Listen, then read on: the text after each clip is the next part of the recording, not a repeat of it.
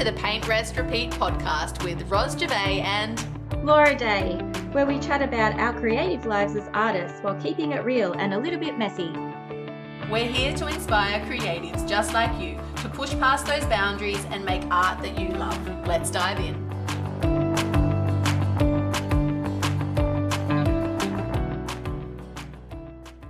All right, so today we're here with the lovely Steph Wallace. So we're doing a bit of a different podcast episode today. So I've got my interviewer hat on today, and we're actually going to talk to Steph about her career as an artist and all the twists and turns that it's taken along the way, and also the new classes that she is running. So some of you might not know Steph. I'm actually really good friends with her. She lives in the same town as me in Ballarat. So it's actually kind of a different dynamic today because I'm interviewing her. She's a super talented artist, and I first met Steph when I was drawn up to Ballarat to do some screen printing workshops, and she had a gallery at the time, and she actually saved my bacon that day and offered her space as a place to teach the workshop because the other venue fell through. So we've remained friends since then, and we've sort of been through twists and turns in our art career together, and we've supported each other. But I wanted to introduce you for those of you that don't know Steph, and yeah, share a bit of her story and share what she's working on at the moment. So hi, Steph, over to you. You're in your studio. Hi, Laura. That was such a nice introduction. I had to stop myself from blushing and getting all bashful. I was like, oh, thanks, Laura. It does feel a bit strange being in this situation, though, because I guess we know so much of each other's creative backstories already that it's going to be interesting to, like, I don't know, just work with you with that hat on and like share that story from the beginning, not just what's happening right now. You know? Yeah. So yeah, for the people that don't know you, did you want to start, like, how did you get into creativity? Like, and yeah, maybe just give a bit of a story about your creative journey. Yeah, I'm one of those kids that was always creative. I'm sure a lot of people can relate to that. Like, I was just so happy if I was like drawing something or making something out of a cardboard box. And I don't have a creative family, but you know, my mom was a primary school teacher, so she always really encouraged that in me. And then fast forward, you know, pursued art all the way through high school. It's the only thing that I actually liked about school. And then I went on to do a fine art degree specializing in ceramics. And I knew at the time that you know, it was a bit of a silly thing to pursue, that whole thing, like, I won't be able to get a real job. But I also knew that it might be my only opportunity in life to pursue what I was passionate about without, you know, pressure of being a real life functioning adult and having people rely on me. So I did the whole art school thing. And then after that, I graduated with a degree in ceramics and was like, what the heck do I do with this? So I feel like I've kind of come full circle because now I'm teaching classes, but that's where I started. I started teaching classes in the US to kids on summer camps, but then I just went on a completely different tangent, explored loads of other mediums and materials, and now 20 years later, I'm back in love with clay and hot and heavy romance. Yeah.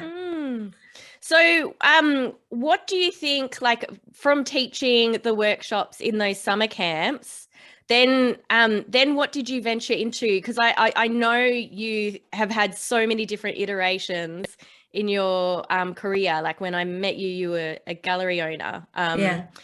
So yeah, from the summer camps, like, what did you do next, and what made you change your mind about ceramics?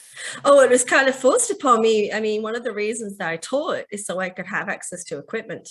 And I was like this, you know, student living overseas, this young person living overseas, away from family support, you know, I was just trying to make ends meet, really. So I couldn't invest in, you know, thousands of dollars to spend on a kiln and all the other equipment that you need. It's like a really expensive pursuit. So I just fell back on the good old staples, you know, like painting and drawing. And I think the time that I met you, a lot of sewing, a lot of textile art as well, a lot of, you know, embroidery type stuff. And this was like, thinking back, this is the era of the, you know, the start of the craft revolution. So, you know, like that whole shift between craft going from nana stuff to like an edgy art form. So I was exploring that. And then the time we met, I'd taken that kind of work, illustrative kind of work, into paper cutting. So I was doing paper cuts when we met. And since then, I just feel like, you know, I tend not to get locked into a medium. I like to explore something until I feel a sense of mastery, and then it becomes a bit less compelling, you know, like, and then I need to, like, I don't know, I just love learning. So I you know, shift mediums and materials all the time. Yeah. So it sounded like it was probably like a practical sort of reason, because of the affordability and also like the access to a studio and to the supplies. Like that's not something that you could do. So yeah, you just sort of made do with whatever was piquing your interest. But that's great. So then from when we met from the gallery, that was, what was that, like 2011? Maybe? There's been so many changes as well, because you had a child and you were inside for like the start and the most of that for 2 years. I know. So you started a little a business doing tiny furniture as well. Yeah, I mean, I know it's a very common theme for women to talk about going through motherhood and the changes that brings into their life, you know. But for me, there was a real grieving process. Like I was in my mid-30s when I had my child. We just had a little break. There was a tech glitch. So we're just going to go back on to the train of thought that Steph was talking about, being a mother and the grieving process. Yeah, so I think because I was, you know, a fully fledged adult, I was in my mid-30s when I had Holly, my daughter. It meant that like I'd like built a life that really suited me and I was really happy with, and like, you know, I was really deep in creativity, running a little art gallery, you know, but I knew that I couldn't sustain that when I had a kid. Like I'm not the kind of person who can juggle all of those things. I'm very all or nothing, and I don't have a lot of like capacity to be everything to everyone. So with that self-knowledge, I had to sort of give up my artistic pursuits for quite a while. And I had one of those babies that was just like miserable every second. Every second she was awake and she was never asleep.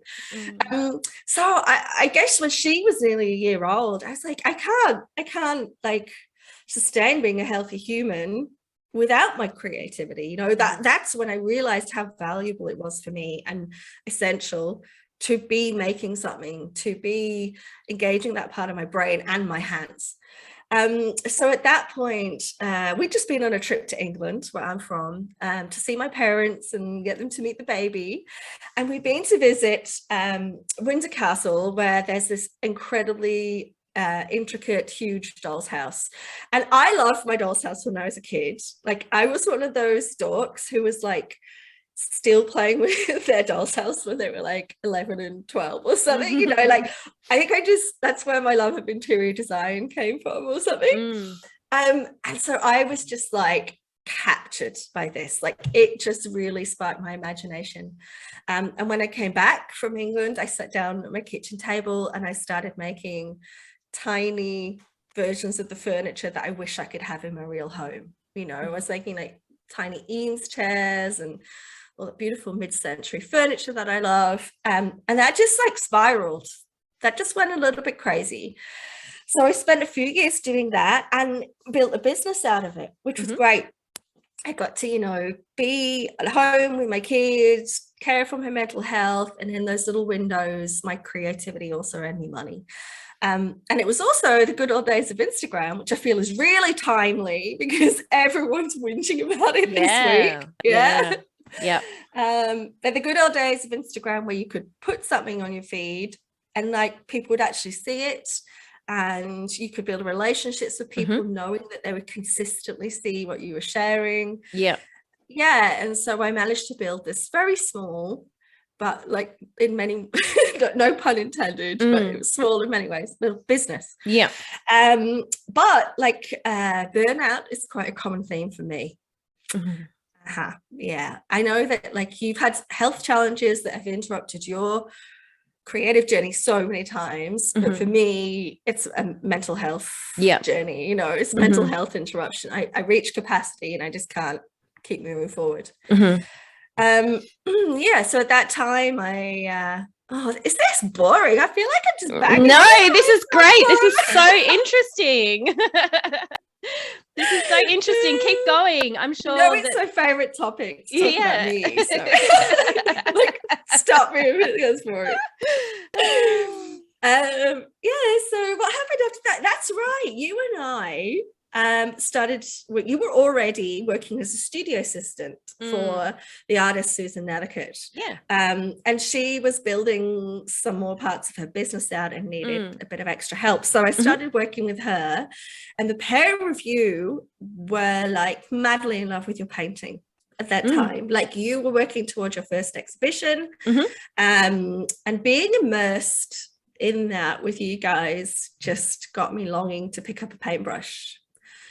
But I have this habit of like I say, I love learning new things. So I built this business and I had a lot of fear about like, if I pick up that paintbrush, I am not going to want to make tiny furniture anymore. I'm not going to. I remember that. Sustain that. I remember you saying, you just start something new and then you want to master it and you get like so immersed in it. So you dived headfirst into painting. That's right. And this was a time I guess this was maybe 6 months pre-pandemic. So, I had this, I just let myself do it. I just gave myself permission in the end. I was like, stop fighting your creative urges, because that's when you get blocked anyway. Just like give yourself permission.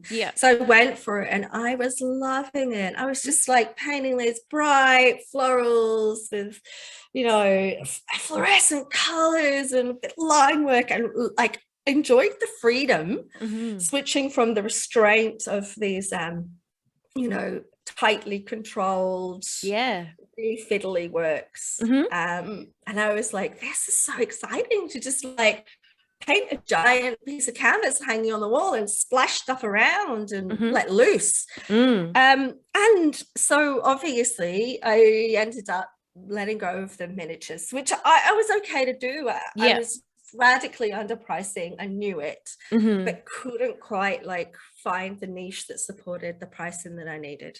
So I just took a step back.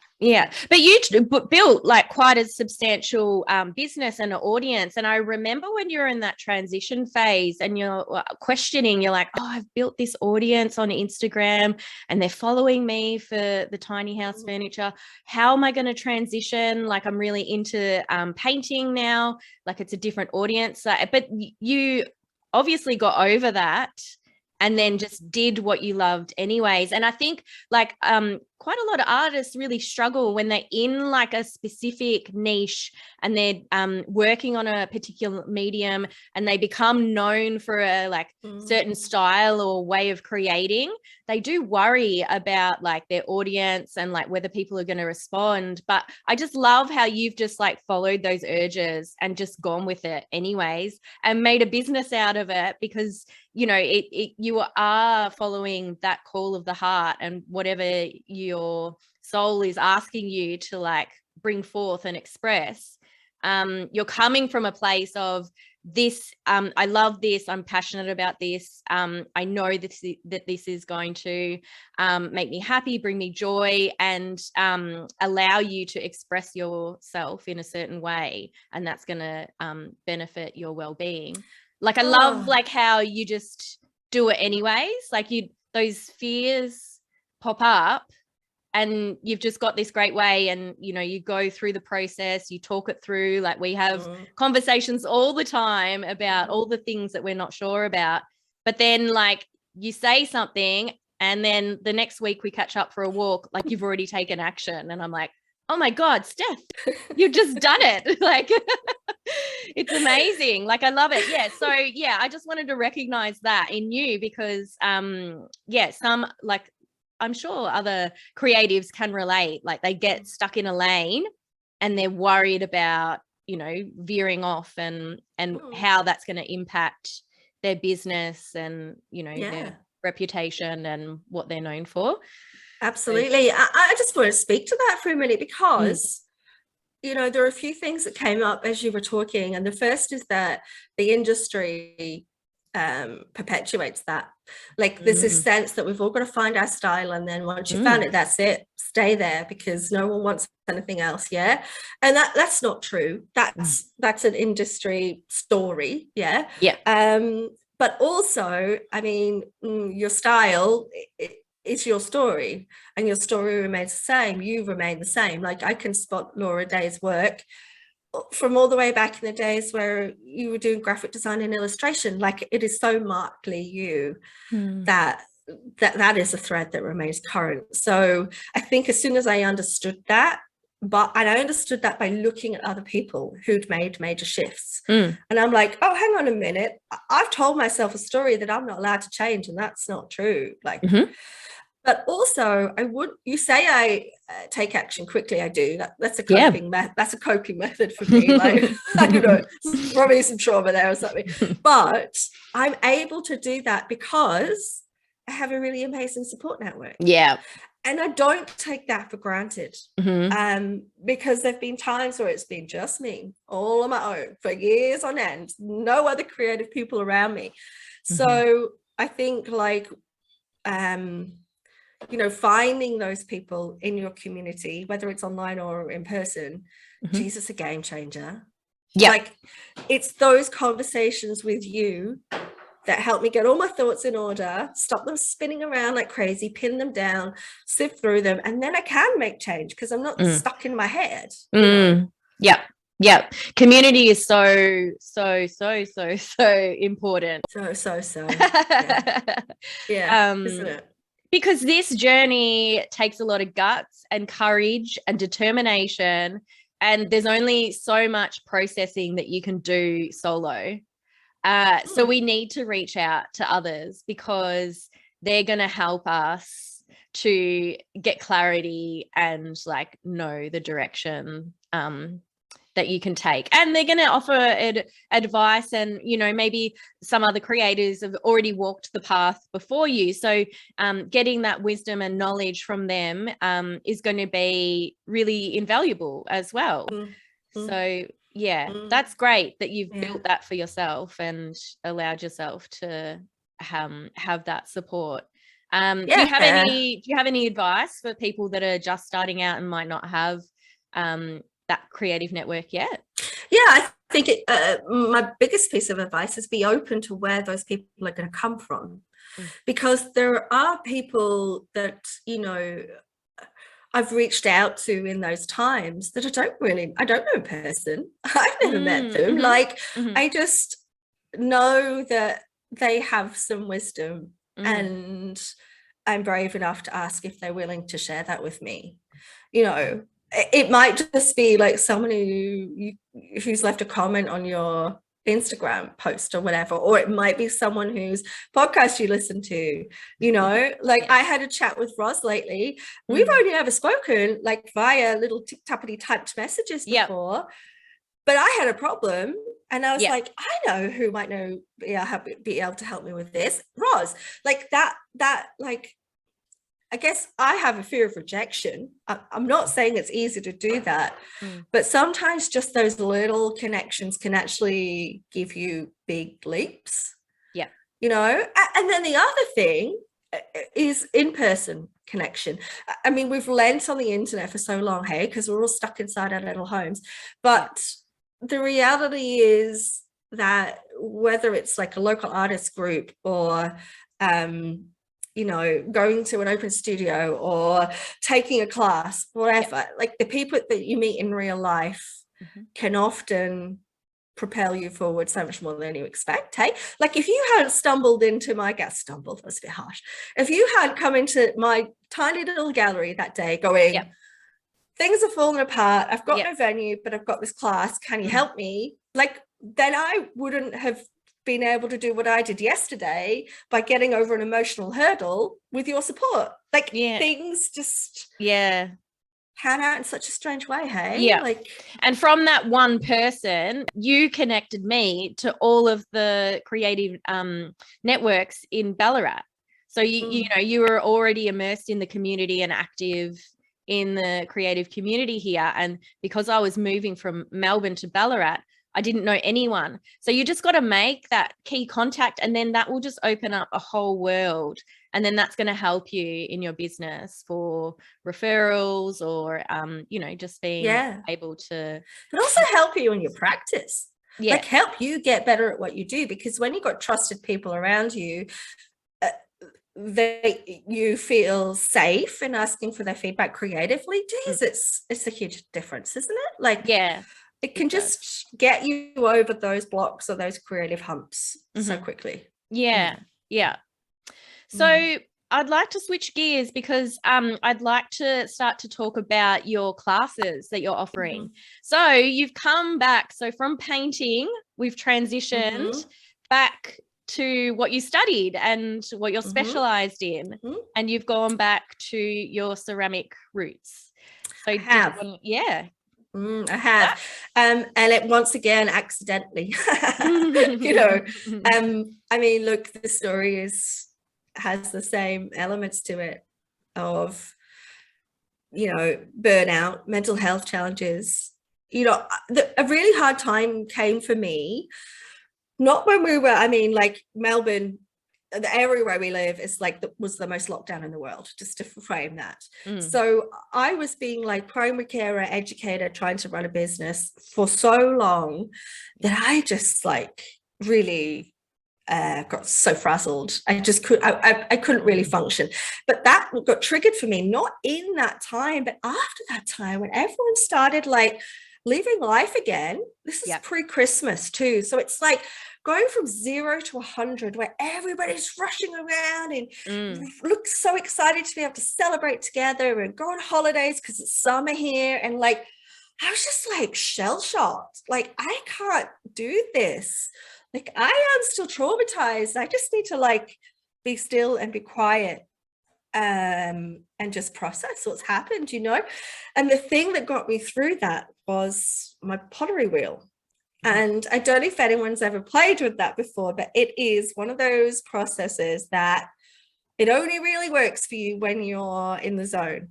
Okay. And when you're in the zone, it's this mindful place where you're not thinking, you're just feeling, you know, and just sitting there and like not thinking about making work to sell, not worrying about what people would think of this or whether I had to share this or create flipping content out of it. I just sat there and played with clay for like 2 months. I made no money. I was just a hollow shell, but I led into it, and it not only got me through, but it taught me some really valuable skills to have in my toolbox next time like that crash occurs, because we all have them. Hey, like they're inevitable. Yeah, definitely. Yeah. So I guess what that led me to do was fall back in love, remember why I was so passionate about this in the first place. Because I have a bit of like fine art school trauma. I think, you know, I know you can do. relate. I can relate. It was not for me, that place and that space, but it allowed me to like heal that a bit and recognize that who I am and what I do is valid. And more importantly, I can share that with other people because I'm so knowledgeable about it. Yeah. So that was a bit of a turning point for me. And I want to thank the Great Pottery Throwdown, the TV show. Recognize that there's like a, something I noticed today floating around in the audio of Brad Pitt talking about that show and how he's obsessed with it, watched every season, like it's so beautiful. And I'm like, yeah, it really is. It reminded me not only that I'm highly skilled, but what incredible the community exists in that space, and how supportive and encouraging and nurturing it can be when you work with clay. I know that you had a learning journey with art therapy, and I would say that playing with mud is the most therapeutic art there is. Honestly, like I feel like it's from the earth. So I can imagine it being like so grounding. And I always say, like any art practice, it is therapeutic, and art is active meditation, because it takes you into that place, it quiets the mind, but it allows you to like do something active, like with your hands, and like get into the zone. And so for the people that do struggle with like conventional meditation, sitting still on a cushion and like breathing and everything, that's me if you can't get into that, then art is a really great alternative for people that need to be in it with their hands, and like have that sort of immersive experience. And something you speak about quite frequently is how through your health challenges you found your art processes to help you through that. And I'd never really experienced that until now, and I'm like, now I get it. Like my husband will say to me, if I'm in a grump, he'll say to me, can you just go to your studio, play with some clay, come back and talk to me then? And I'm like, yeah, I can do that. Like, I need that. Thanks for giving me the permission. But that's what I need, because I do find it very hard to shut off the analytical voices, like the bit of my brain that wants to solve all the problems and juggle all the things. But there's something particularly about clay that it's a bit like breathing and walking, where the more you think about it, the weirder it feels, and then you become like weirdly self-aware and forget to walk. Has anyone ever done that? Like, it's just okay. It's the same with clay. If you think about it too hard, if you're fighting the material, it doesn't go to plan. You have to let go. You have to release, and that that's really healing for me. Giving myself permission to release control. Because I have a problem there, like little control problem, like and I guess like you're asking me about the classes, and I'm going on this silly tangent, but I guess the core of it is knowing I have all this skill and knowledge, knowing that I am a good teacher. I feel weird saying that, but I'm a good teacher. Like my job's to sustain me when my creativity couldn't have been working in a teaching space, whether it's been at the uni or on school camps and summer camps, after school camp, whatever. It's been working with people, helping them develop their skills. And I love it. It's so exciting. And like being able to share my experiences and what clay has done for me with other people, and seeing them just like light up when they find the process that just like feels so good in their mind and body and hands. I'm like, wow, like I just want to do so much more of this. And I want to be with humans more, please. I think coming out of COVID, there is that desire to get back and really connect in person with people. And so you've recently just set up your space, which is behind you. And so that's at your house in Ballarat. So you're opened up your space for workshops. So like how many people can you have in the space, and like what sort of offerings do you have at the moment? Yeah, I reckon like 6 is my favorite number, not just because of the space, but energetically. Like it's not a huge space, it's an old garage that I've converted. You know, and we've talked about space, you and I personally, quite a lot, because I struggled with this. Do you remember? I was like, is it good enough? Like, do I need to get like a commercial space? Do I need to work with somebody else?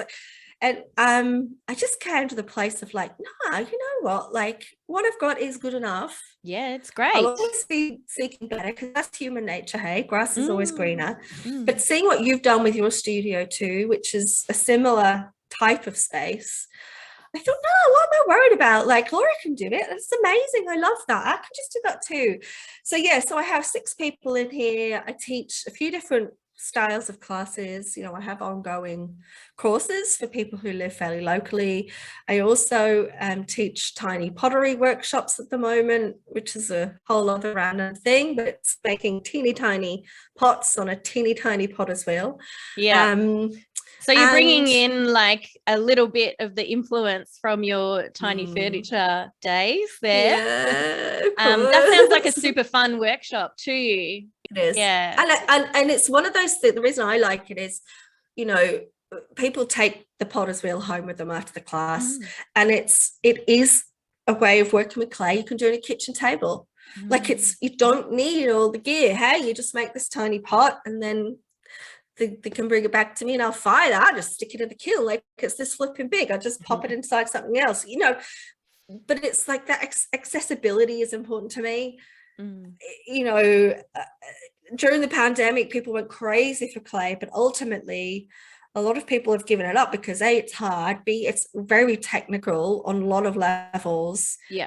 And I think that like just being able to support people through that and take away some of those barriers has been really nice. You know? Because there is a bit of an expense to like have it as an ongoing hobby, but and so is it mainly adults that come to you? Like, is it women? I love doing adults class. It's women. I see where you're leading me in this conversation, Laura, and I really love it. It's women, and it's women who often in either in their life or in their job are in caring roles for other people, and they just want to do something for themselves. They have spent a long time looking after others. Many of them are women in their 40s and 50s who have children who are becoming adults or are adults. And also I'm hearing a common thread where they were told they were always creative, but they were told that that was not a job. And maybe they were right then. I don't know. Like, maybe we're the fools. No, we've made jobs out of this. We've made. Maybe we're the crazy ones that just went ahead with it anyways. That's right. So, you know, and now they're coming full circle. They're like, hang on a minute, I don't need to listen to those people anymore. Those voices, those stories, that inner critic isn't true, isn't real. So they're revisiting that part of themselves, and it's so fulfilling for me to just like, you know, watch them rediscover that.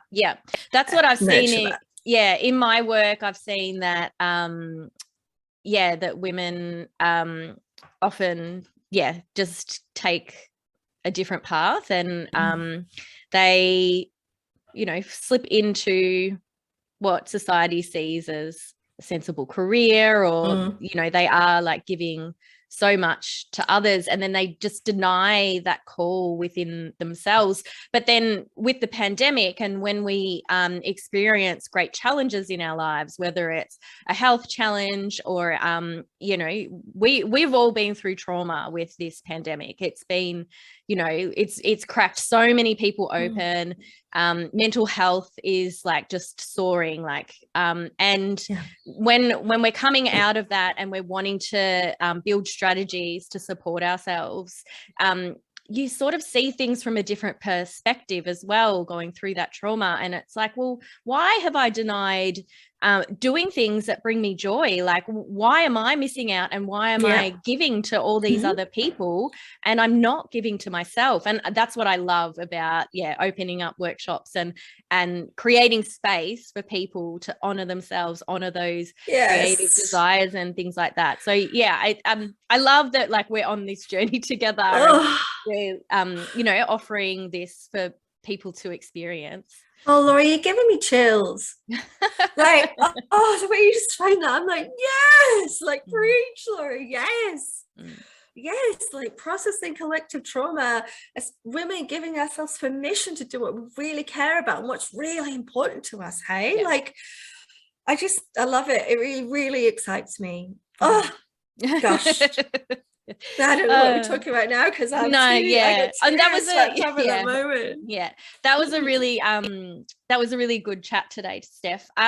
Just one other thing I wanted to ask you, maybe if we've got some listeners that are creative and they're building a space, or if they're setting their sights on teaching workshops in community centre or an external space, they want to provide this for their community. Do you have any advice for anyone setting up, their workshops? Yeah, well, look, I have a little bit of what I call mindset advice. I think there's a lot of talk in the internet coaching space, particularly around setting yourself up to be an expert in something. This concept of like, you're the pro and you're the guru, and that's why people want to work with you. Well, I'm going to bust that myth, because I think that's not true.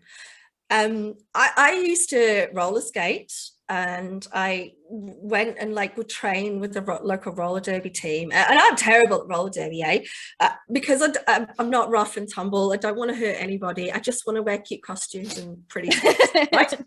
So my role within that became teaching the beginners to skate. I'm like, this is where I shine, because it took me bloody ages to learn. Like, I was not a natural. Hey, so I could understand all the challenges that these people were experiencing, and I could be encouraging and offer specific, tailored advice to that stage of the experience, right? So that helped me really understand that the best teachers are sometimes only 1 or 2 steps ahead of their students. Yeah. Because they can really resonate with what it's like to be a beginner in a way that an expert can't. So I think, particularly as women, we can often experience imposter syndrome, combined with that talk of being the expert, being the guru, setting yourself up to be the go-to person. It's like, no, embrace your vulnerabilities. Talk about what's difficult for you, because it just makes you so much more, people can just relate to you so much more, and it makes you a better teacher. So I would say, if you have a space that you think is daggy, even if you split your spare room or your dining table and you feel like you're not good enough to teach others, really look into that, really look at that and examine those feelings, because I had to do that, even with all this knowledge. And I realized that I told myself some silly stories there, that we all have something to teach other people. Particularly someone who's just starting out on the journey, even if you're only 2 steps ahead. Even if you've been doing it for a year, who cares? If you're passionate and you're excited and you're good at communicating to other people about what you know, that's all you need. Yeah. And I think it's about just starting, do a little trial group with your friends or a few people, and then you just modify it as you go, and then you can set your sights on something bigger later down the track. But I think it's just the small steps that matter. Cool.